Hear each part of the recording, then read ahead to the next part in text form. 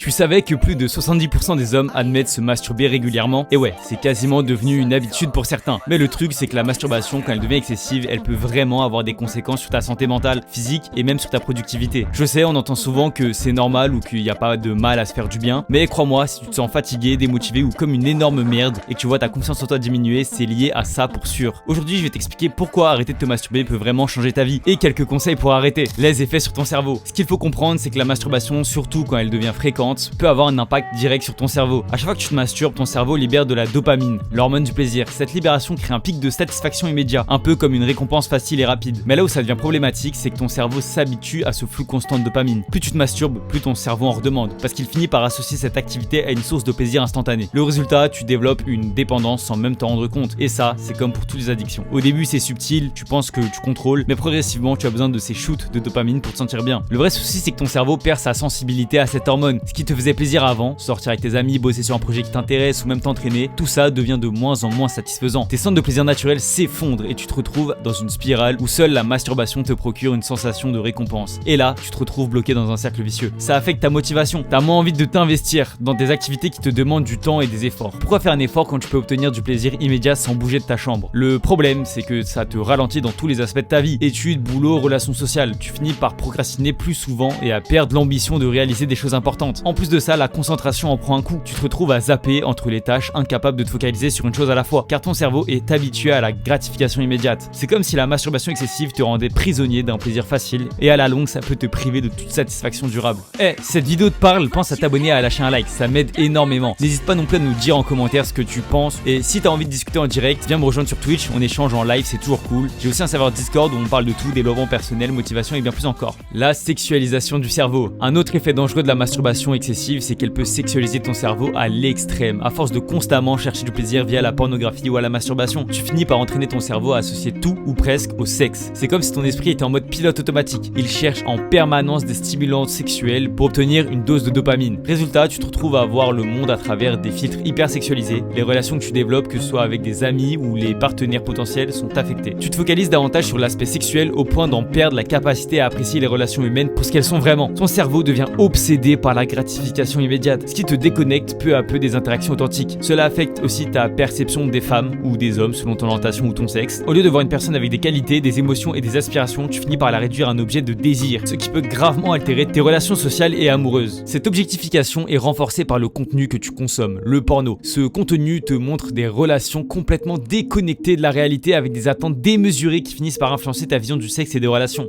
Pire encore, cette sexualisation peut impacter ta propre perception de l'intimité. À force de consommer du contenu pornographique ou de chercher des moments de plaisir solitaire, tu te désensibilises à ce que c'est une vraie relation sexuelle avec quelqu'un. Tu deviens de moins en moins capable à ressentir du plaisir dans une vraie relation, car ton cerveau est habitué à des stimulations irréalistes et intensifiées. Cette sexualisation excessive peut même causer des problèmes dans ta vie sexuelle. On parle de dysfonctionnement sexuel, comme la difficulté à maintenir une érection ou à ressentir du désir pour ton partenaire réel. Ton cerveau est tellement habitué à l'excitation artificielle qu'il a du mal à répondre à une situation sexuelle naturelle, ce qui te pousse encore plus vers la masturbation et le contenu pornographique, car c'est la seule manière dont tu arrives à atteindre tes plaisirs. C'est un cercle vicieux. Ce qui est encore plus préoccupant, c'est que ton cerveau s'habitue rapidement au contenu que tu consommes. Au début, les vidéos classiques te suffisent, mais avec le temps, tu commences à chercher des choses de plus en plus hard pour obtenir le même niveau d'excitation. C'est un peu comme une drogue, ce qui te stimulait au départ devient insuffisant et tu as besoin de toujours plus. Tu augmentes l'intensité du contenu que tu regardes sans même t'en rendre compte. Et ça peut t'emmener dans des directions bien loin de tes préférences initiales. Le pire, c'est que cette escalade peut altérer la manière dont tu perçois la sexualité dans la vie réelle, créant des attentes irréalistes et déconnectées de la réalité. Ton cerveau est littéralement reprogrammé pour rechercher le sexe en permanence, au détriment de ta vie sociale, émotionnelle et même professionnelle. Au lieu de te focaliser sur tes objectifs de vie importants, tu passes de plus en plus de temps à chercher des stimulations qui ne font que nourrir cette dépendance. Comment arrêter? Ok, maintenant que tu as compris les dangers d'une consommation excessive, on va pas faire de la masturbation un sujet 100% tabou ou toxique. Soyons clairs, se masturber d'une manière modérée n'a rien de mal en soi. En fait, des études montrent même que la masturbation peut avoir des effets bénéfiques sur la santé, comme la réduction du risque de cancer de la prostate chez les hommes. Donc l'idée, c'est de ne pas diaboliser l'acte en lui-même, mais plutôt de prendre conscience de ses excès et des conséquences. Maintenant, on arrête comment? Déjà, tu te fixes des limites. La première chose que tu peux faire, c'est de te fixer des règles simples pour réduire ta consommation. Tu peux commencer à réduire progressivement la fréquence. Si tu te masturbes plusieurs fois par jour, essaie de réduire à 1 ou 2 fois par semaine, puis évalue l'impact sur ton énergie et ta concentration. L'idée, c'est d'éviter que ça devienne une habitude automatique. Il faut que tu remplaces cette habitude par autre chose. Le problème avec la masturbation excessive, c'est souvent l'ennui ou le stress. Au lieu de céder à la tentation, essaye de remplacer cette habitude par une autre activité, que ce soit faire du sport, lire ou travailler sur un projet qui te passionne. Occupe-toi de manière constructive. Plus tu es actif, moins tu penseras à te masturber. Il faut que tu évites les déclencheurs. Si ton déclencheur principal est la consommation de porno, essaye de limiter ton exposition. Il existe même des extensions pour bloquer l'accès à certains sites où il y a des programmes comme le NoFap, même si c'est un chouïa bullshit, qui aident les gens à sortir de cette spirale. Surtout, il faut que tu sois indulgent avec toi-même. Ça ne sert à rien de se culpabiliser à chaque fois que tu te masturbes. L'objectif, c'est pas de se dire plus jamais, mais plutôt de trouver un équilibre sain. Si tu craques de temps en temps, c'est pas la fin du monde. L'essentiel, c'est de reprendre le contrôle petit à petit. Enfin, n'oublie pas qu'il y a des bienfaits à la masturbation modérée, que ce soit pour soulager le stress ou maintenir une bonne santé sexuelle. Le but ici est d'éviter l'excès qui peut t'emmener dans une spirale d'addiction et qui a des impacts négatifs sur ta vie. Voilà, tu sais maintenant pourquoi la masturbation excessive peut être un vrai problème pour ta santé mentale, physique et tes relations. Le but n'est pas de diaboliser, mais de comprendre qu'en trop grande quantité, ça peut vraiment t'impacter. Trouver un équilibre est essentiel pour reprendre le contrôle de ta vie. Si tu as trouvé ces conseils utiles, n'hésite pas à liker, t'abonner et à partager avec ceux qui pourraient en avoir besoin. Et surtout, souviens-toi, l'essentiel c'est de ne pas laisser cette habitude te dominer. Ciao!